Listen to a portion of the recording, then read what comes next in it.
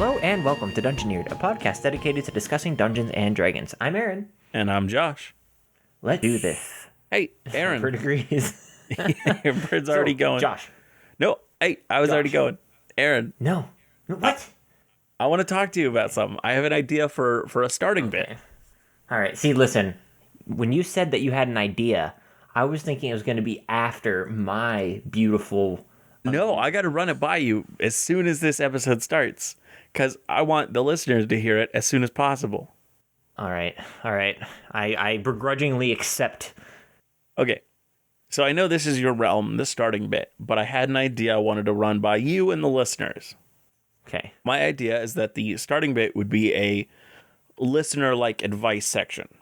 I know we don't have a lot of listeners yet, but I think this might really take off. So I would put kind of in the description of all our episodes our email, and the listeners can write in looking for advice about D&D, DMing, or even creating worlds in general. And we would give our 2 cents about it and give them options and stuff about it. What do you think? Okay. I like this idea. But that's going to be so long, you know? Like, I imagine the emails going like, help, you know, like capital letters, help. DM in distress, you know, like something crazy. And so then it would take 45 minutes to talk about a DM in distress, you know?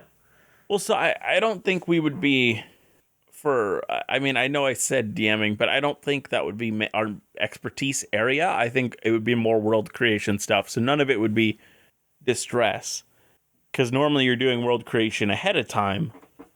So would it be like DM forces player down railroad, what to do type thing? Well, I don't think the DM would understand they're doing the rail. I mean, normally the DM doesn't understand that it feels this railroady. So I don't think it would be the DM writing in that situation. But a player could do that still. Yeah. I'm still down though. I still like it. Yeah. I still think we should do it. But yeah. I think it should be like a side thing. Its own show? Maybe not like an own show. Well, maybe. I mean, if we had the time to do that, I would kind of be down, but we would need we'd need a lot of questions. True. I guess we could do it at the start of each show, but then it would ruin my intro. And we all know my intros are the best intros of all time. Well, maybe we could try it. Once we get enough questions, we could try to do like a... Mix it up. An every few weeks, like, extra episode or something. I'd be down. Like a fan art video, but instead of a problems video. I feel like that was a really weird way of putting it. I was thinking more like an incredibly weird way to put it. But so we release our episodes on Wednesdays. Wait, do we? So I would put it as right. Right. I would put it as sort of like a Monday or Sunday release or something, or maybe even a Saturday release. And so it would be like about like a every 3 weeks, or just kind of depending on how long it takes for us to get a whole episode worth of questions.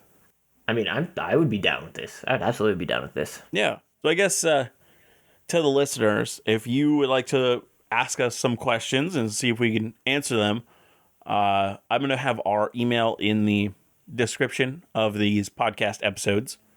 And and much like my my player notes that I was supposed to do, the player notes, I just remembered that now. Yeah, I've asked you for them multiple times. Never got them. Never able to put them in the description of that episode. They're in there somewhere. You just have to use your imagination. And so I will have to.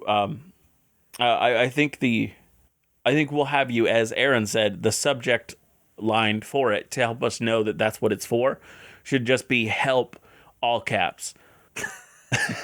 Yes. Maybe some exclamation points if you want to. Yes. And then you have to end every email with chairs and potato wedges and then your name. Or you could just mix it in. If you could find a fancy way to mix it into the question, awesome. Yeah.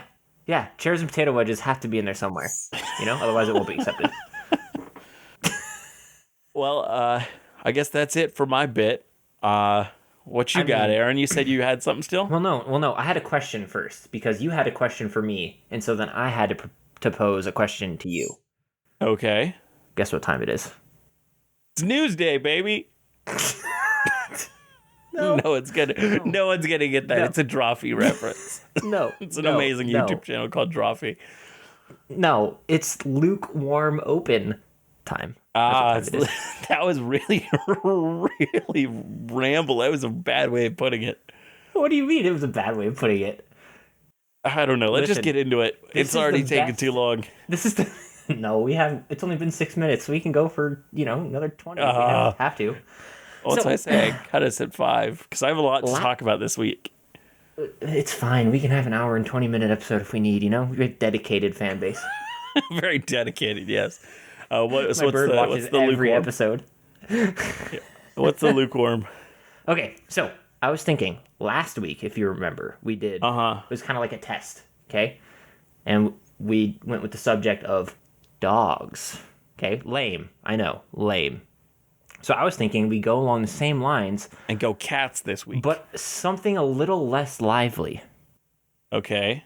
So I was thinking, let's take a very mundane D&D item and or monster and or creature and or whatever, and we try and see if we can fit it in a game in an interesting, unique way. I'm excited. Are you ready? What is this? This is just a warm-up and a test, okay? I don't like where this is going, but just keep going. Why not? Okay, so how you're doing that? I'm about to giggle noise, which is really no, this is 100% serious. Okay. How would you put a zombie in D&D in a unique way? So, I'd modulate what they are. Ooh, you're going for like an actual answer. Oh, jeez. I was not prepared for this. Yeah, so with a zombie, I'd modulate what it is. So that's what I'm doing, actually, for my next campaign. They kind of are zombies, but I'm calling them abominations. And it's a post-apocalypse world where this kind of negative energy that's run rampant on the plane has, in the same way that like in a zombie infection would, it kind of has mutated. Affection. Not affection, I said infection.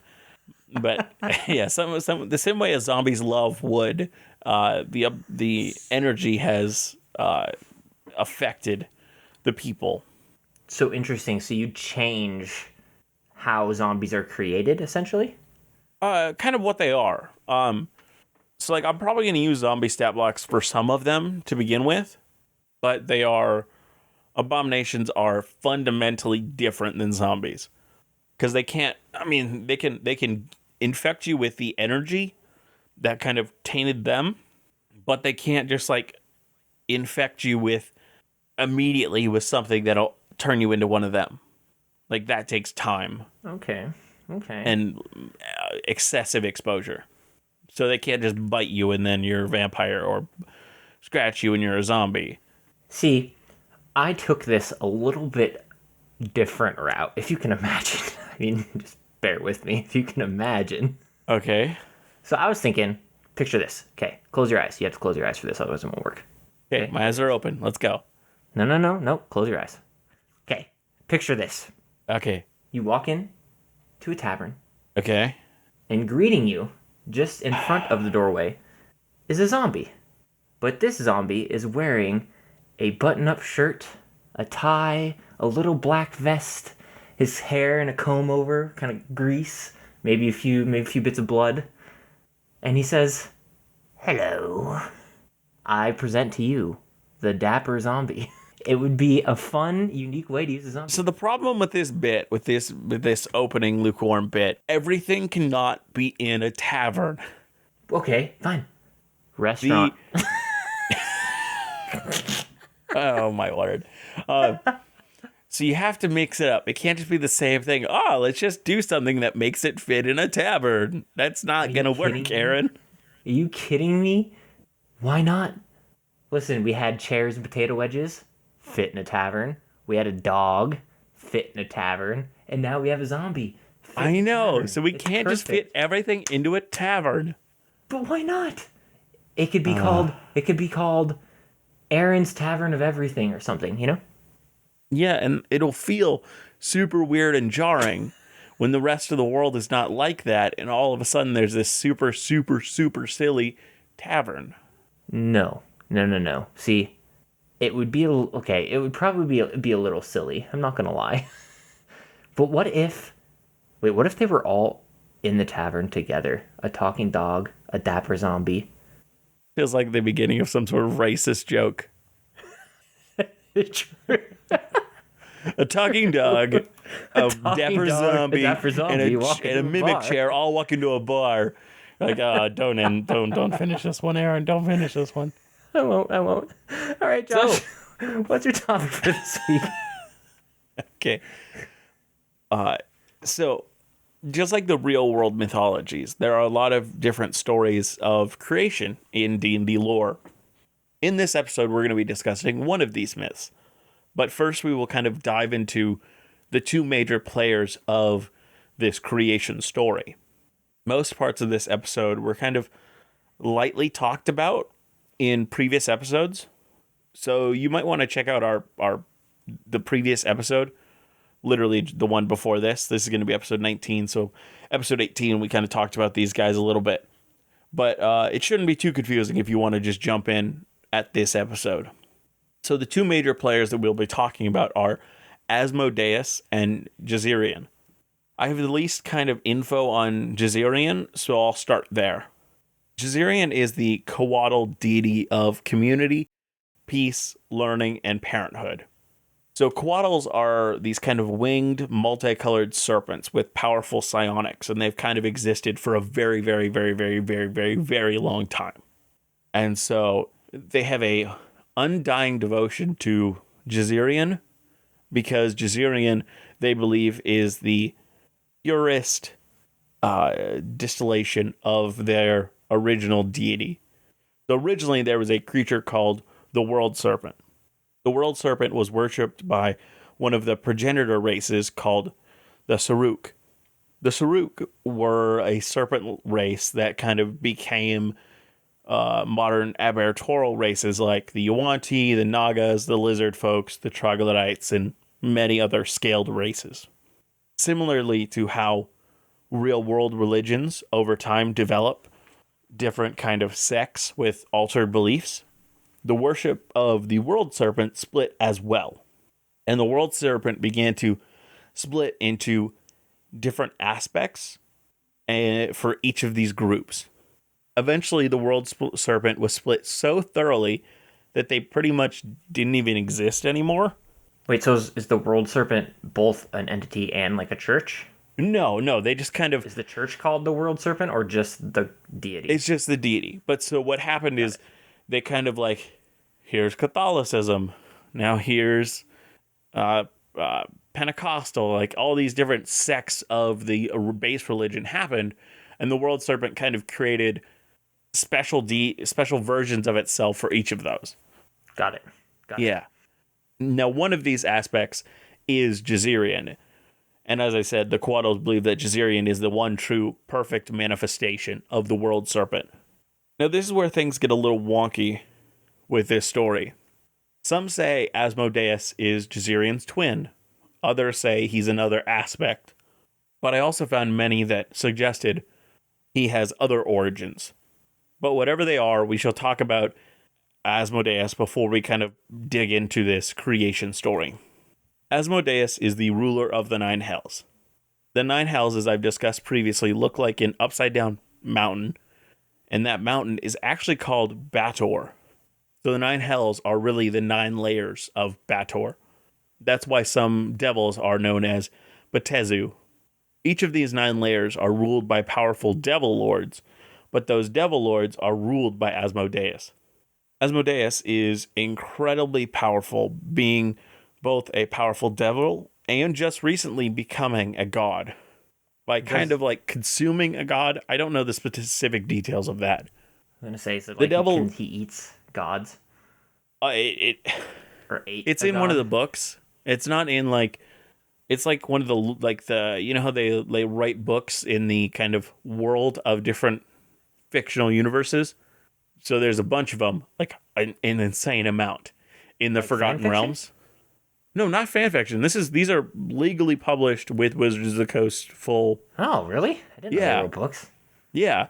Like the Tales of Well, so Namisku or there's all the something? ones. There's all those ones with the powerful mage called Elminster, which are like there's so many books of his.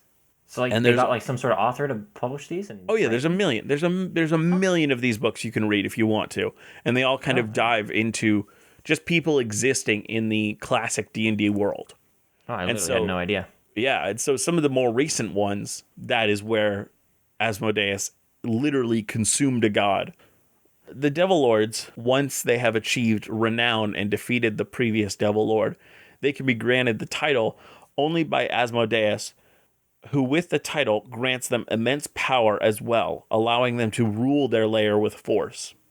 He has infinite power over his realm, able to shape it however he wishes, and grant/strip power from those within it.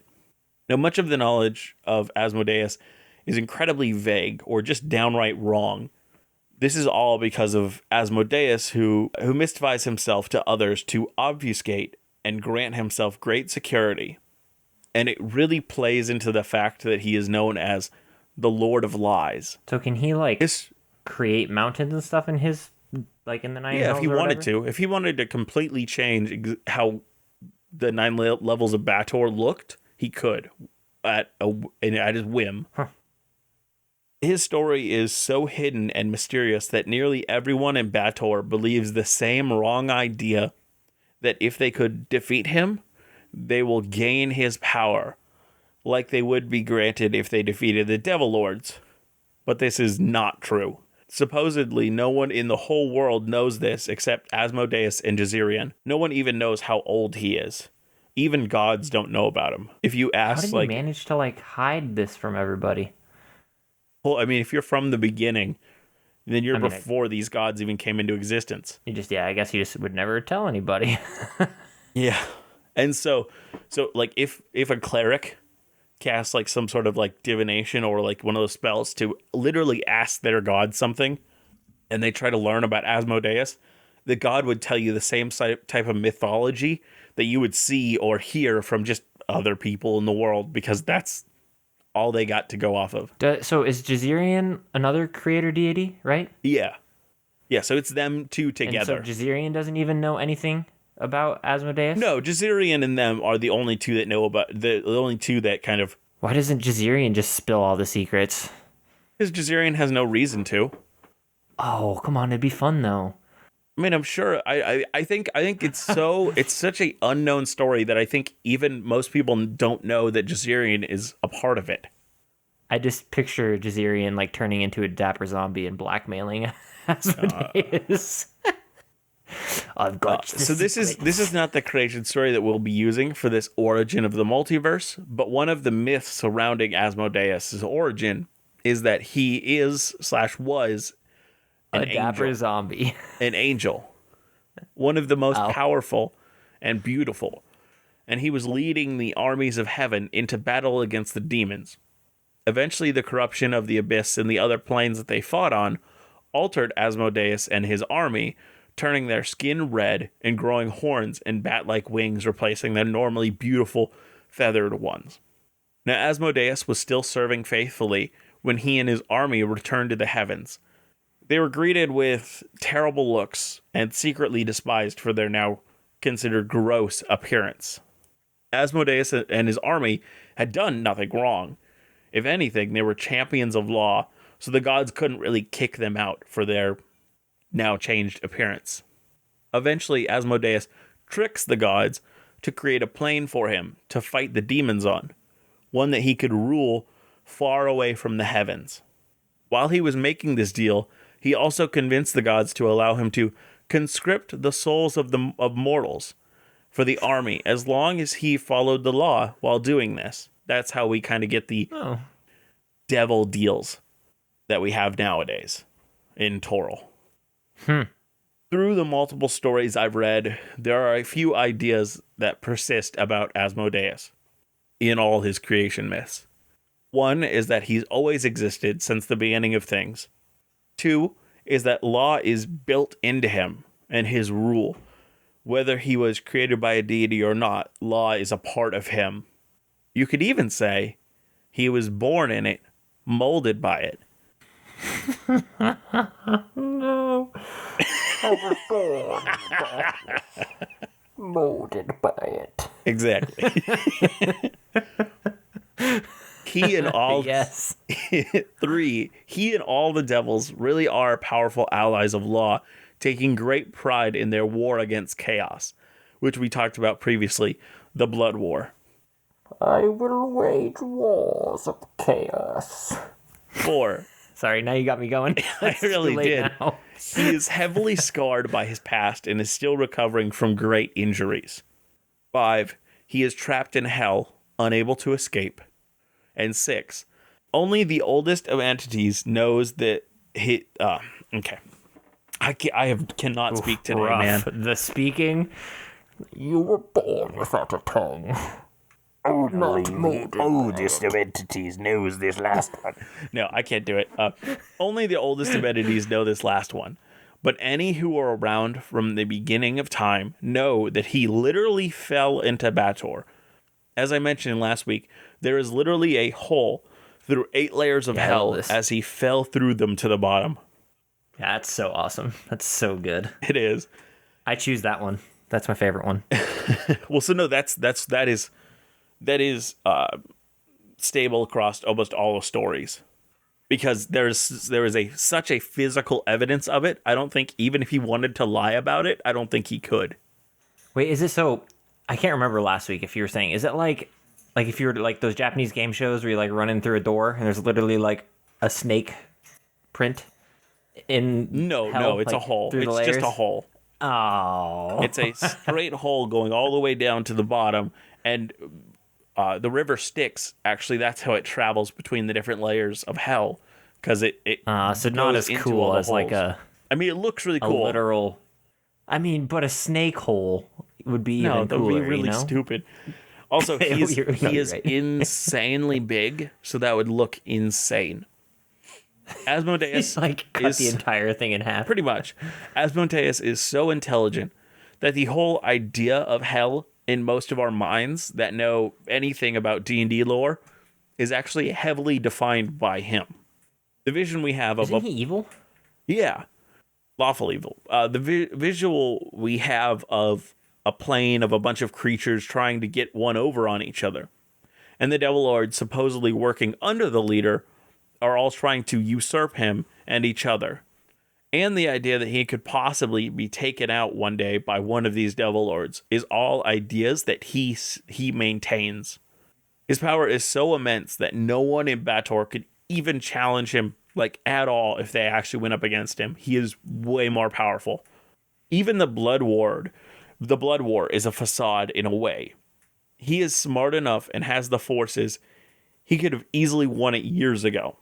He meets with his advisors and military men 4 times a year and misdirects them to take certain strongholds and hold certain battles to force the war to keep going and maintain the borders where they are.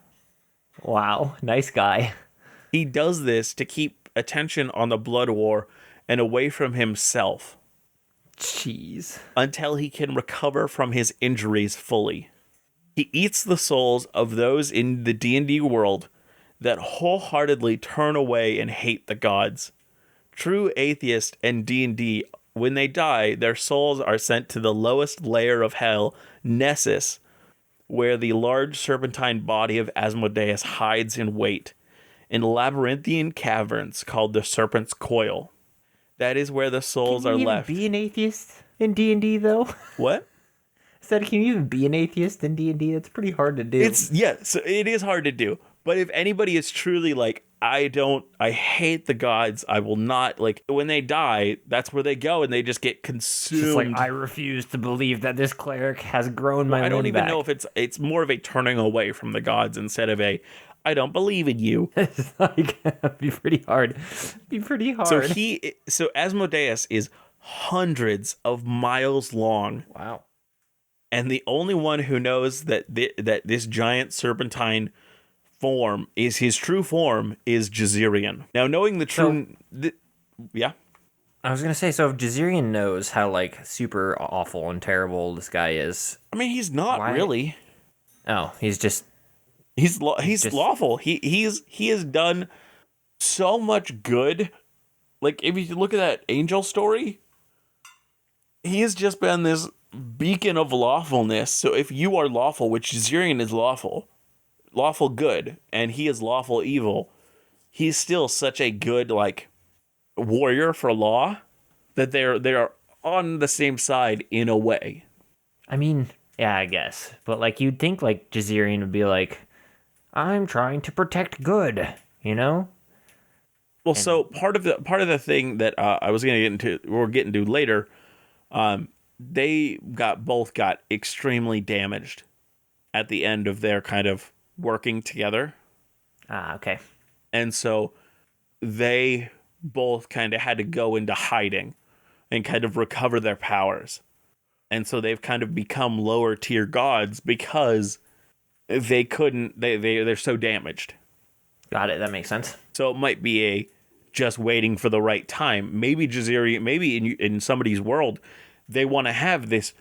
Jazirian and Asmodeus are finally powerful enough, and they both go out, but they're both powerful at the same time, and it's going to be this huge battle.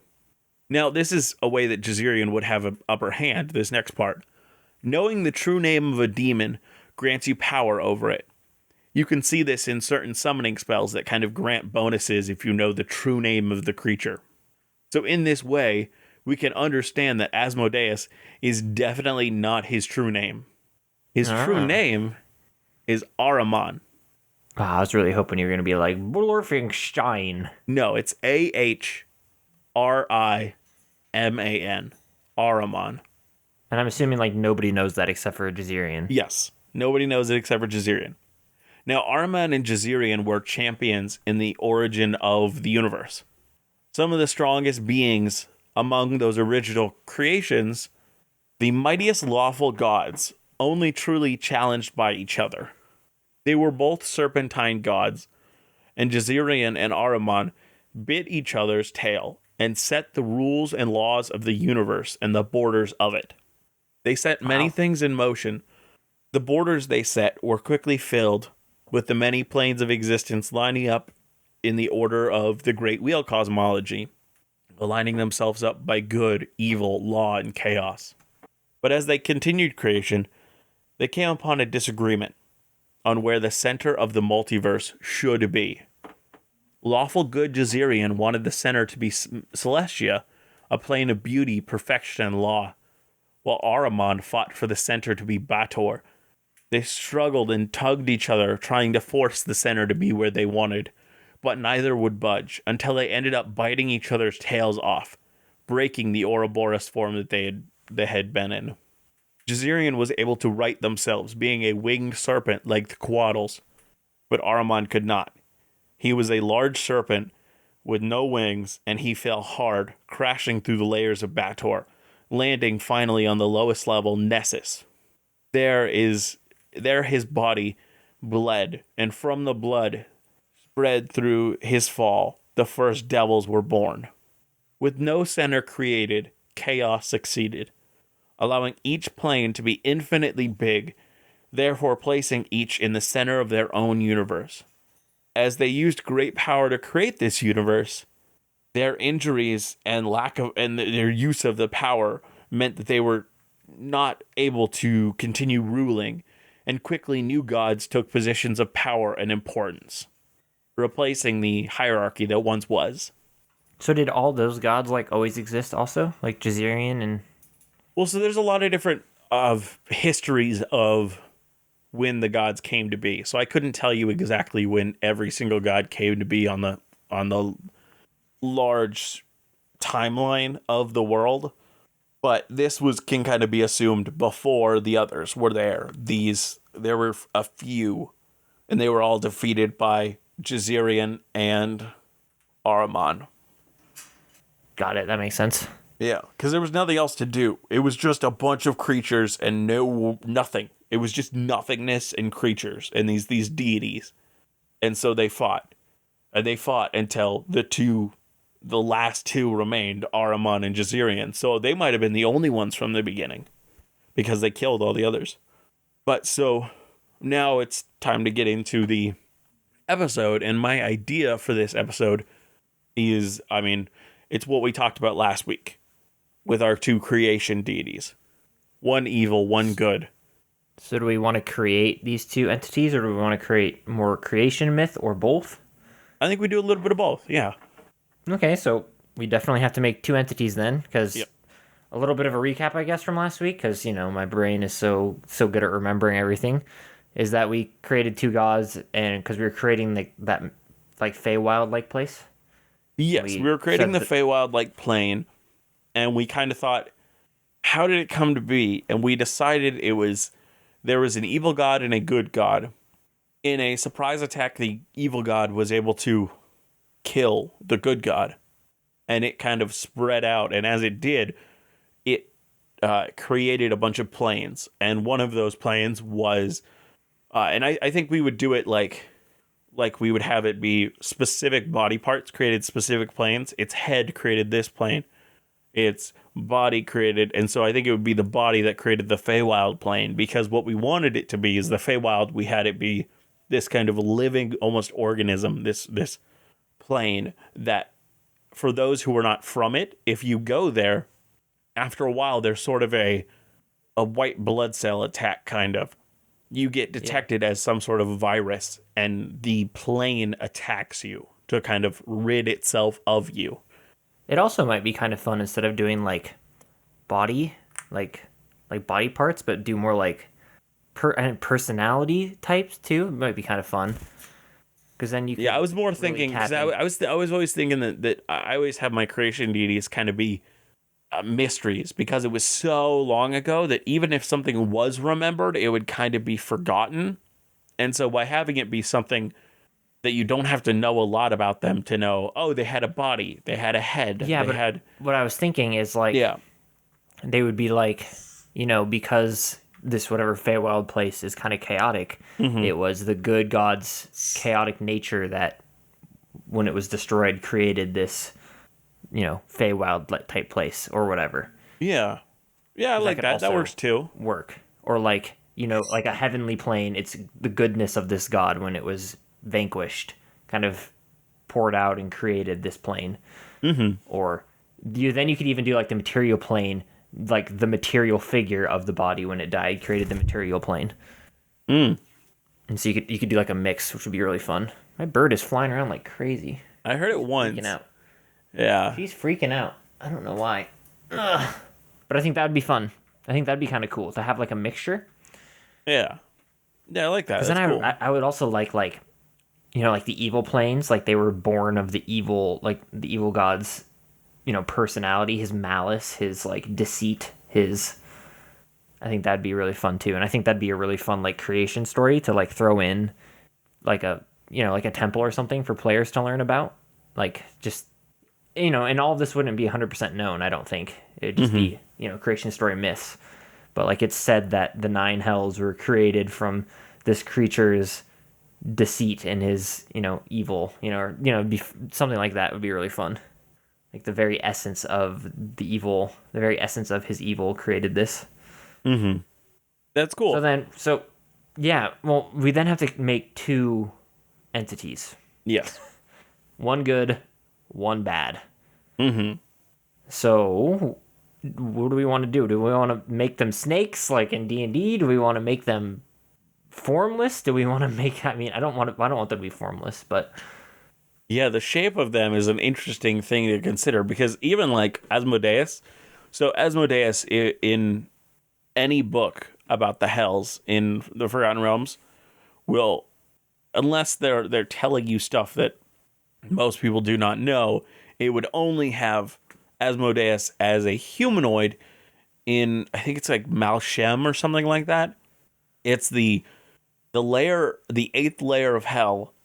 There is a city there, and Asmodeus is supposedly there, but it's a humanoid form, and it's all it's him, he can see and hear from it, but it's not actually his form. And so do we want it to be a multiform thing where it could just kind of be whatever it wants, or? Yeah, well, I mean, I think they could take the shape of anything they want, but is that their true shape? Yeah. Like, I mean, obviously, I think any creation deity could easily, like, turn into a human and, like, come down to, the material plane or whatever.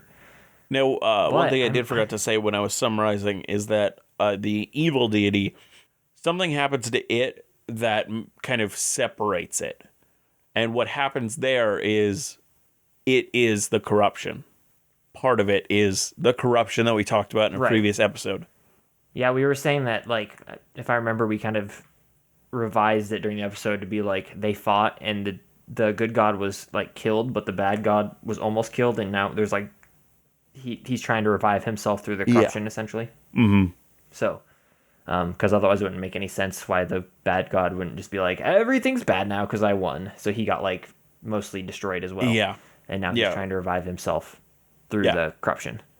Yep. But I love the idea, and I don't know if this is in normal D&D lore, but when you were talking about, like, the serpents biting each other's tail off, I thought it'd be really interesting the layout of the material plane, of the planes in general. You know how you said it's like a wheel, I guess? Like, the Great Wheel the cosmology. Traditional map. But I was just thinking that's what it would, like, look like, because they were, like, they were biting each other's tails. Yeah, so that's how they set the borders. That's what I was saying, how they set the borders.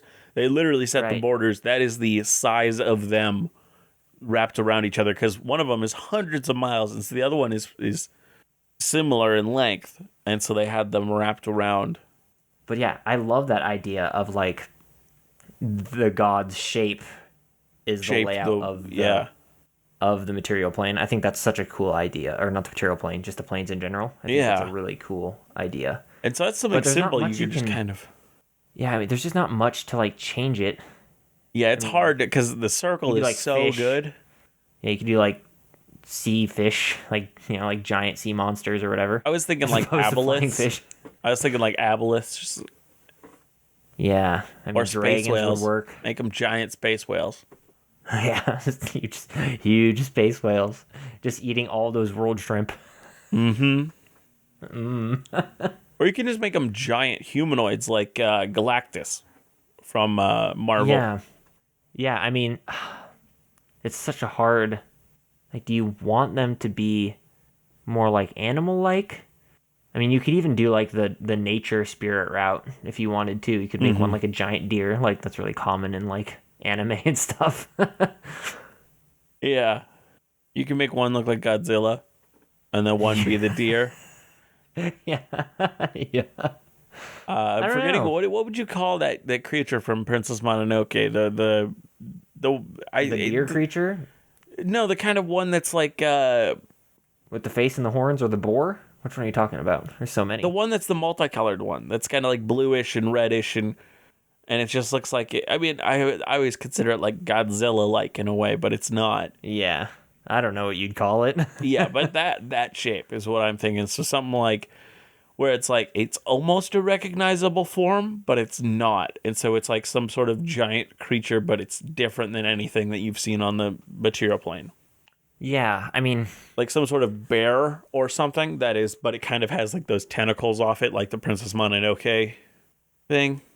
Okay, if you were thinking, like, in nature, what do you think, like, depicts evil? If you had to, like, pick That's such a weird question.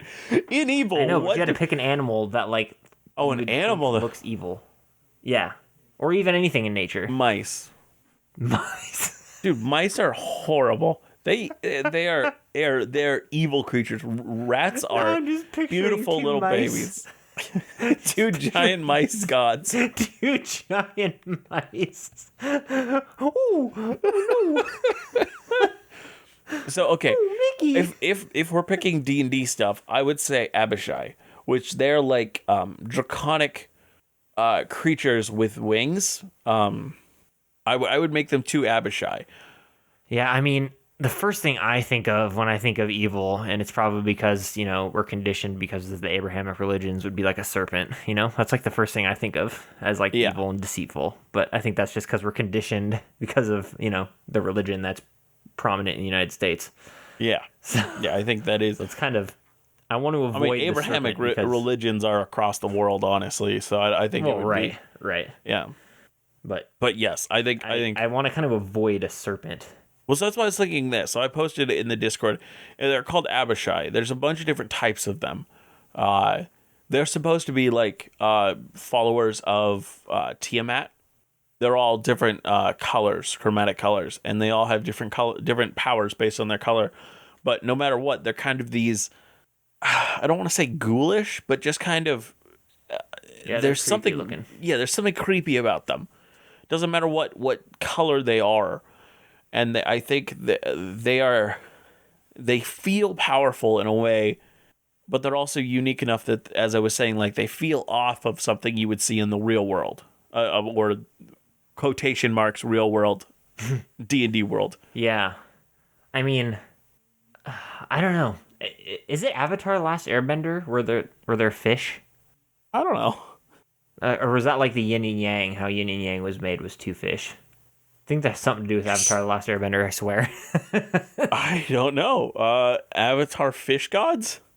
I swear there's something in Avatar about fish and yin and yang and creation. Or moon and something, or... No, I'm getting nothing.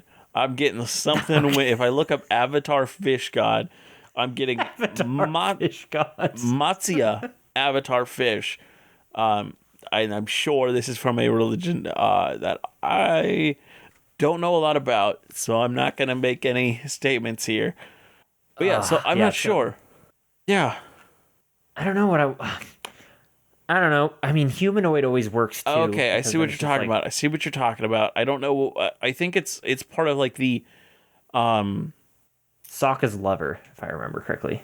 She's like some sort of special moon, or she is the moon. Maybe it's the moon. Yeah, it's part of the moon and the kind of it's just like natural energies of the world. Yeah, that. Yes, the yin and yang.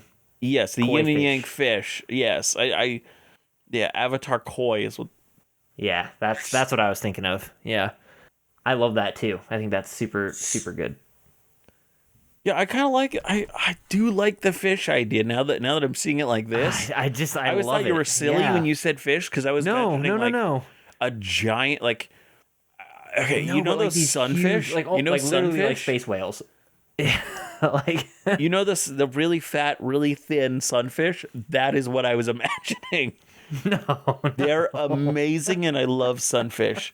Dude, can we have? Can we please have our creation deities be sunfish, please? Or flounders.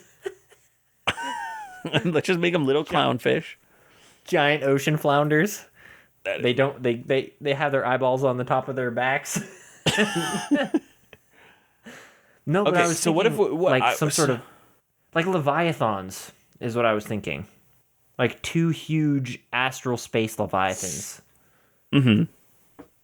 No, we can't do sunfish. You can't do just posted a sunfish? picture in I the Discord love of sunfish. Dude, they're sunfish. so cool. They're so ugly. They're so cool. Like, look at, like, if you just look at them, like, there's pictures of them with swimmers, and they're huge, dude. You can catch them in Animal Crossing. You can. Yeah.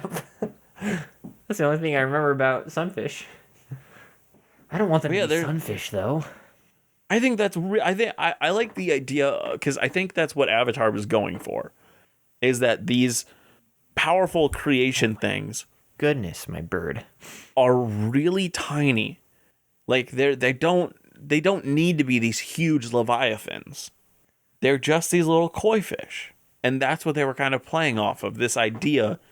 Yeah, but I mean, in Avatar, like they're literally the moon and the sun. Like, yeah, literally. This is just their essence in the pool. Yeah, it's Tui and La chose to manifest themselves in the moral world. I'm sure I mispronounced those. To benefit mankind, it took up residence in an alcove within. I'm not going to say that name. It's the spiritual center of the North Pole, and took the form of two koi fish. Sunfish are just so ugly. They don't look cool at all. I'm sorry, Josh. They don't. Fine. I like sunfish. But okay, yeah. You So like two like Leviathan. That so totally works. derpy. You're derpy, Aaron. You're not wrong. I literally talked about dapper zombies. You did. But so we are really wasting time on this episode. It's true, but I do like the idea of like sea leviathan, like astral sea leviathans. Okay, so or something the question like is, what do these leviathan look like? There's a really cool image I found on Pinterest one time that I really liked. It was kind of a three-headed leviathan that kind of ended in kind of like an but it was really long, and then it ended in like one a that fish like octopus legs, like octopus tentacles, but it kind of used them like kind of like squids to kind of swim. And it looked really cool. It had these three heads, two small heads on its shoulders almost. And so I'm kind of imagining something like that. The one I always think of, and I could be wrong with the name, but it's like Orthos the Tide Maker from Magic the Gathering. Something the Tide Maker. I don't know. Or something the Tide Maker. Anyways, he's really, really cool. Mm-hmm. Kind of like this massive fish-like creature. Yeah. But I also like the idea of like one of them being some sort of like, oh my gosh, my bird is just so excited right now. Something smaller, less foreboding. Yeah, I don't know. Yeah, Ooh, okay. I like this idea. What if it's like I forget what those two things are, but there's like it's a symbiotic relationship like rhinos and that bird, but there's some of those for. I think it's whales, where it's like a whale, and then there's these little like minnows or what? And then they kind of eat the stuff out of its teeth and stuff. But what if it's like that? Like the good one was this smaller thing. It was just as powerful, but it was this smaller thing that kind of they traveled together until the giant creature, what is the corruption now, killed it. Yeah, I like that. That's super different. It is. And I think that would be really cool things to kind of see on murals throughout the world, like this kind of creation myth murals that you see in different places. I have an idea even. Okay. What if these two creation gods like shared like personality, and once they fought, they broke off each other? Yeah, they were one creature like thing, but it was two creatures, but it was like one. It was two creatures, but like. Yeah, okay, so, yes, I like this. Fought and attacked each other. They like broke apart this like symbiotic relationship they had. Mm-hmm. And I'm thinking that why the material plane is mixture of both like good and bad, chaos and law, is because they created it together before they fought. Yeah, I think that was I mean, I thought that was always so it's like a representation of everything. Yeah, it was them working together on something before they disputed. Yes, and killed each other.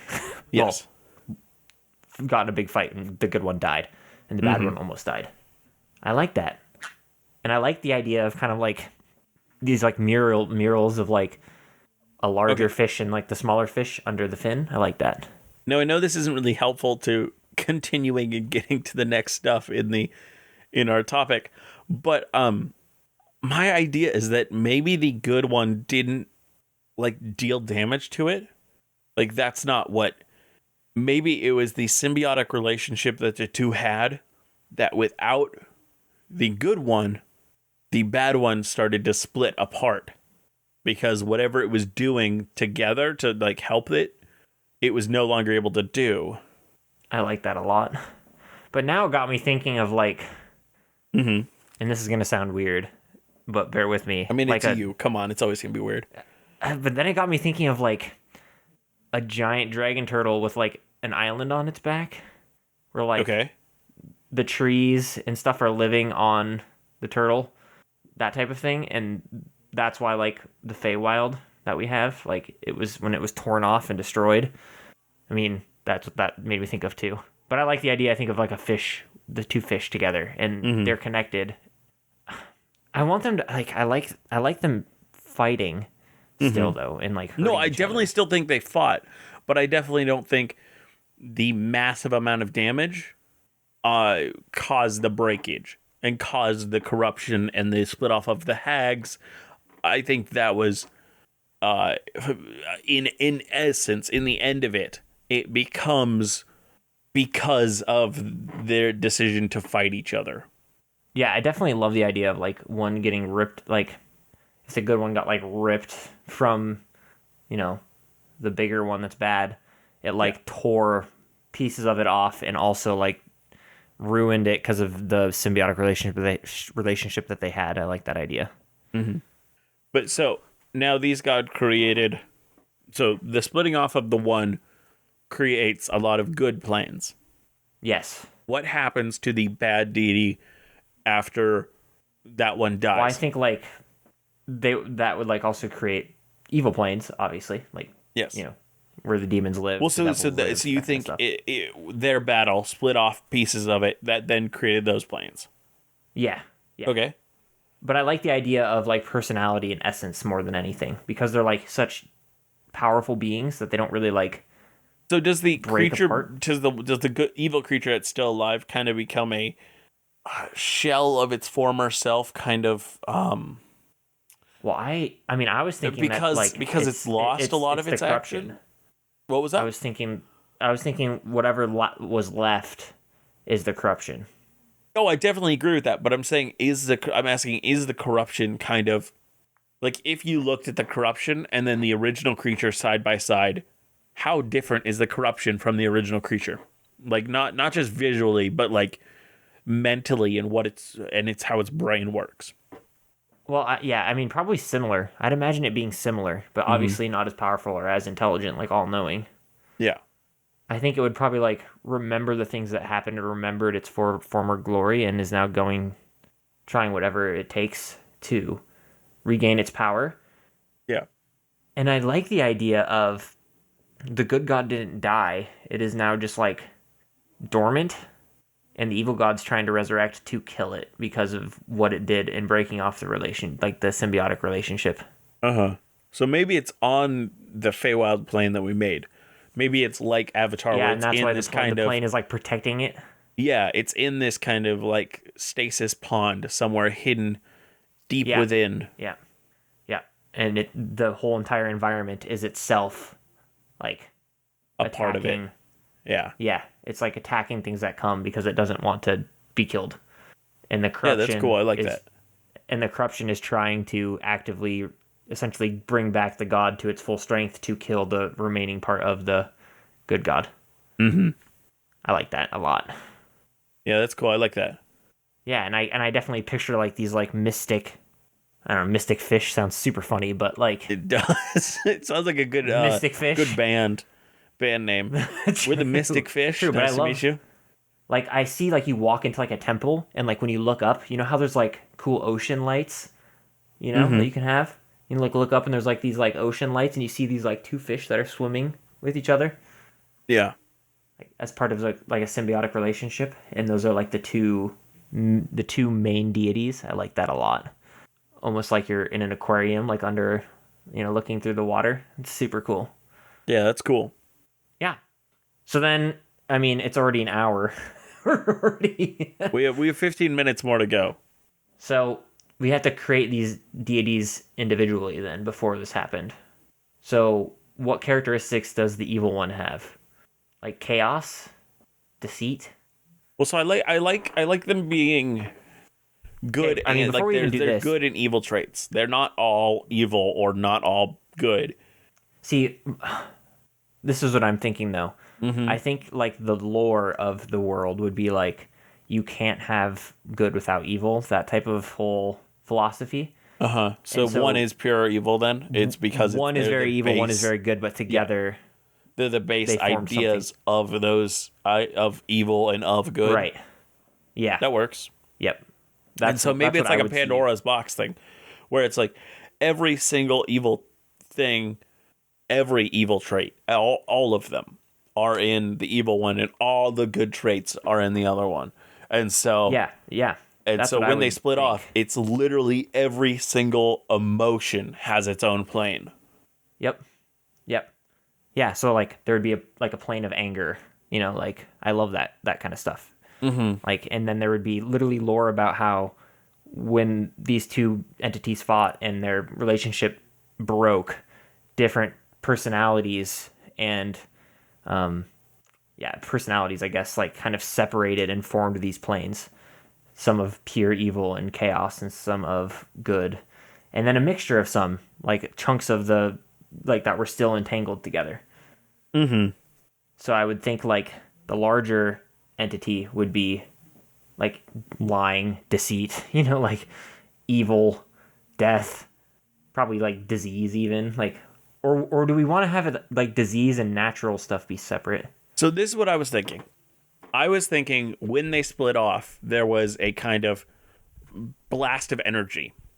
This blast of energy released tension between good and evil. And I think tension between good and evil is all bad things. So tension between good and evil is where we got self-doubt, depression, like all those types of things, and disease and that kind of stuff. That is when that stuff was released into the universe, when there was a force split between good and evil. Yeah, like a very Abrahamic type like event that caused all this stuff to enter the world. Yeah. Like this is this. Did you really just post that into the Discord? I found on Pinterest, guys, amazing photo of a burning skeleton that is wearing a sombrero. A sombrero, and it's just beautiful. But yeah, I like that idea. I like that very like. But yeah, so that was the separation. Like there's a moment in time that created these things. Which this is actually, I really love this creation myth that we're making here. Yeah, no, it's super good. And so I'm thinking like the good because it feels just like a classic creation myth, like. Oh yeah, and that is when absolutely like Pandora's box opened and all the evil of that kind of stuff was released. Like when this relationship broke, that is when all of this, terrible things occurred. That's why these terrible things. Yeah, that was cool. That's good. I like this. So I'm also thinking then the good entity, like, what characteristics would it be? I mean, yes, all good, but like, what characteristics would it be known for? Like love. Yeah, love. I mean, we might just do it, like continue in the Abrahamic religion stuff, and do what in the Christian I think called the fruits of the Spirit. Oh yeah, like the love, joy, patience, peace, kindness. Those ones are all kind of, they're just so iconically good. Yeah. That I think love and joy and peace, patience, kindness, goodness, self-control, all that stuff is just all like that. I mean, that's one of our things at Dungeoneered is just like using what's out there. That's already such a perfectly curated list. Just use that. Yeah. Of what we would perceive as good. Yeah. Mm-hmm. And then evil would be like the opposites of those, like hate, which really is anger. Just a cultural belief of what's good and what's evil. Oh, absolutely. Yeah. But that's the culture that we at least live in that is prevalent. Yeah, but I mean, like, everybody wants joy, everybody... Yes, peace. Everybody wants... I mean, majority of people want peace, let's be honest. Well, yeah, I mean, I guess not patience necessarily, but... Yeah, not all cultures probably go for that, but most of the modern ones do. Yeah, especially ones with, like, concepts of time, because if you don't have a concept of time, patience is pretty... But anyways, that's beside the point. That's a weird way to go off. We talk about time and the concept of time and culture for the last 10 minutes. However, that's a really good episode idea, is like cultures, creating cultures and stuff, which I'm sure we'll get to eventually. But yeah, so like I would think that, and then evil would probably be opposite. Like I said, hate, anger, lying or deceit. I like deceit better than lying, like all that kind of stuff. And then when they broke, these horrible things spread across the earth. Well, material plane or all the planes. Yeah. So, I don't how many the love, joy, peace, patience, kindness, goodness, fitness, self-control. So it's about 9. Do we make 9 planes? Is that like what we're imagining? Well, 10 plus. Well, I'm thinking 10 plus the one, because one of them is the one for its body, for like what it is, where it's at. The Feywild one that we made last week. Yeah. and then 9 for the evil one. And then there would be a 10th one, but that is the corruption. And maybe it has its own plane. Do you think the corruption has its own plane? No, I like the idea of. Oh no. Okay.